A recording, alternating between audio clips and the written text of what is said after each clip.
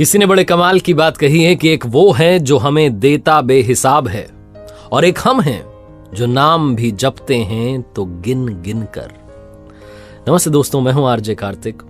एक बहुत ही आलसी लड़का था, कोई काम नहीं करना चाहता था।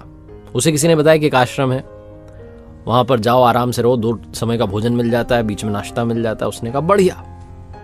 सारे काम छोड़ करके, सांसारिक जीवन छोड़ करके उसने कहा बाबा बनूंगा। चल दिया।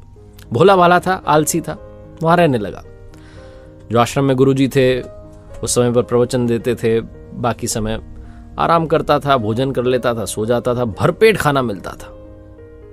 महीना खत्म होने को आया और एक दिन आश्रम में सुबह कुछ भी नहीं बना। उसे लगा शायद नाश्ता नहीं मिलेगा, भोजन तो मिलेगा। भोजन के समय भी भोजन नहीं मिला। दौड़ के गया गुरुजी के पास, कहने लगा आज भोजन क्यों नहीं बना? गुरुजी ने कहा बेटा आज एकादशी है, जितने आश्रम के सदस्य हैं सबका उपवास है और तुम्हारा भी उपवास है, आज भोजन नहीं बनेगा। आलसी था लेकिन भूख बहुत लगती थी। इसने कहा नहीं, ऐसा नहीं हो सकता, मुझे तो भोजन करना है। गुरुजी ने कहा ठीक है, जाओ भंडारे में से ले जाओ सामान और बाहर ले जाके, आश्रम में नहीं बनेगा, बाहर ले जा करके बना लो। याद रखना, भोजन बनाने के बाद सबसे पहले भगवान को भोग लगाना, फिर तुम प्रसाद पाना। उसने कहा ठीक है। वो लड़का अनाज लेकर के चल दिया, बाहर जाकर के भोजन पकाने लगा। भोजन तैयार हुआ, उसके बाद कहने लगा प्रभु श्री राम आइए, पधारिए, भोग लगाइए। और उसे जब लगा कि भगवान तो आ नहीं रहे भोग लगाने के लिए, तो कहने लगा कि मुझे मालूम है आपको तो अच्छा खाने की आदत है, मैं बना नहीं पाया, मुझे बनाना आता नहीं है, रूखा सूखा जो बना।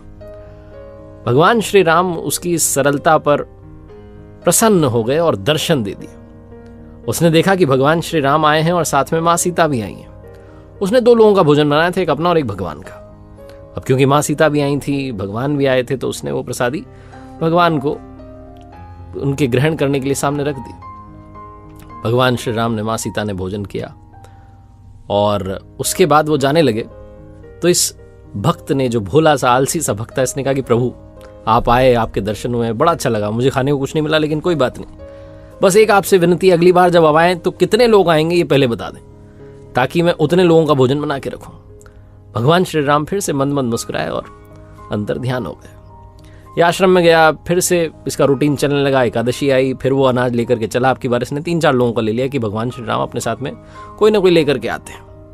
तो इसने बड़ी प्रसन्नता से भोजन बनाया और ये इंतजार करने लगा कि प्रभु आए। फिर से वही कहा प्रभु आइए, भोग लगाइए, प्रभु आइए, भोग लगाइए। और अब की बार देखता है कि भगवान श्री राम पूरा राम दरबार लेकर आए। भगवान श्री राम, माँ सीता, भ्राता लक्ष्मण, शत्रुघ्न, भरत, हनुमान जी सब आए। अब इसने 3-4 लोगों का भोजन बनाया था, अब की बार फिर कम पड़ गया। इसका दिमाग ठनक गया। इसने कहा कोई बात नहीं। इसने प्रसादी ग्रहण करने के लिए सामने रख दी, उन्होंने भोजन किया, वो चले गए। अब की बार भी भूखा रह गया। फिर से आश्रम गया, वही रूटीन चला। फिर एकादशी आई, गुरुजी को कहने लगा कि गुरुजी अब की बार मुझे थोड़ा ज्यादा अनाज चाहिए। गुरुजी का दिमाग ठनका कि कर क्या रहा है, ये कहीं ले जा के बेच तो नहीं रहा है। तो उन्होंने कहा ठीक है, भूख से परेशान रहता है। इसने कहा कि नहीं, मैं परेशान नहीं रहता हूँ, बहुत लोग आते हैं प्रभु के साथ में, उनका भी तो भोजन कराना होता है। तो गुरुजी को लगा पागल हो गया। लेकिन गुरुजी ने सोचा कि एक बार चल के देखते हैं क्या करता है इस अनाज का। वो जो भक्त था भोला सा, वो लेकर के पहुंचा सारा अनाज और पहुंच गया नदी के किनारे और वही प्रेम से जो था पुकार लगाने लगा। लेकिन अब की बार उसने भोजन बनाया नहीं। उसने कहा मैं तो सामान रख लेता हूँ, वो आएंगे, जितने आएंगे खुद बना के खा लेंगे। गुरुजी छुप करके सारा देख रहे थे कि ये भोजन तो बनाया नहीं इसने, और आवाज लगा रहा है प्रभु आओ प्रसादी पाओ, प्रभु आओ प्रसादी पाओ। वो भक्त देखता है कि वाकई में प्रभु श्री राम पधारे हैं, अब की बार तो बहुत सारे लोग आए। तो उसने हाथ जोड़ के कहा प्रभु माफ करना, आप बहुत सारे आते हैं, मुझे संख्या पता नहीं होती है, मेरी हिम्मत नहीं कि मैं इतने लोगों का भोजन बनाऊं, आप स्वयं आइए, बनाइए, खाइए, प्रसादी पाइए। तो भगवान श्री राम मुस्कुराए। उन्होंने कहा अपने बाकी राम दरबार के साथियों से कि आओ भाई सब भोजन बनाते हैं। जो गुरुजी थे वो छुप करके देख रहे थे, समझ नहीं पा रहे थे कर क्या रहा है। तो दौड़ के आए, कहने लगे तुम अब तक भोजन बनाया क्यों नहीं, कर क्या रहे हो, देख क्या रहे हो उसको। तो उसने कहा गुरुजी आपको नहीं दिख रहा है, भगवान श्री राम पधार चुके हैं, माँ सीता आई हैं, हनुमान जी आए हैं, सब आए हैं, भोजन बन रहा है। तो गुरुजी ने कहा पागल हो गया है, मुझे तो कोई दिख नहीं रहा है। ये जो भोला सा भक्त था इसका दिमाग ठनक गया। इसने कहा क्या हो रहा है। इसने कहा भगवान कर क्या रहे हो, एक तो भूखा रखा हुआ है, गुरुजी को दर्शन नहीं दे रहे हो, गुरुजी मुझे पागल समझ रहे हैं, कृपा करके गुरुजी को दिख जाओ। भगवान ने कहा नहीं, मैं दिख नहीं सकता। तो उस भक्त ने कहा कि क्यों नहीं दिख सकते, हमारे गुरुजी तो बहुत महान है, बहुत जानते हैं, मुझसे बड़े ज्ञानी है, ज्ञाता है। भगवान ने कहा हाँ ज्ञाता होंगे, लेकिन तुम्हारी तरह सरल नहीं है। जो सरलता तुम में है वो गुरुजी में नहीं है। ये बात भक्त ने अपने गुरुजी से कह दी कि भगवान श्री राम कह रहे हैं कि आप में सरलता नहीं है, आप मेरी तरह सरल नहीं हो, इसलिए आपको नहीं दिख सकते। गुरुजी की आंखें नम हो गई, रोने लग गए, कहने लगे बिल्कुल सही कहा, मेरे अंदर तुम्हारे जितनी सरलता नहीं है।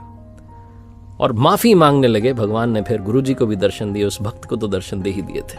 बहुत छोटी सी कहानी है, लेकिन सिखाती है कि जीवन में सरलता सबसे आवश्यक है। जितने सरल बने रहेंगे उतना जीवन में आगे बढ़ते चले जाएंगे। जब आप सरल होते हैं तो आप खुद भी मुस्कुराते हैं और दूसरों को भी मुस्कुराने की वजह देते हैं।